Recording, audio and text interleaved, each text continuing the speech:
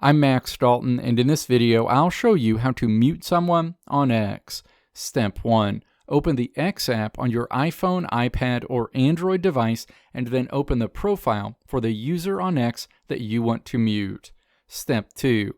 Tap the ellipses at the top of this screen to open a menu, and then tap Mute in this menu. Step 3. A window opens asking if you're sure you want to mute this X user. Additionally, you'll be warned that if you move forward with muting this person on X, that you won't see their post in your timeline, but you may still see notifications. And finally, this user won't know that you've muted them. Step 4. Tap Yes, I'm sure. A confirmation window will pop up letting you know that you've successfully muted this user.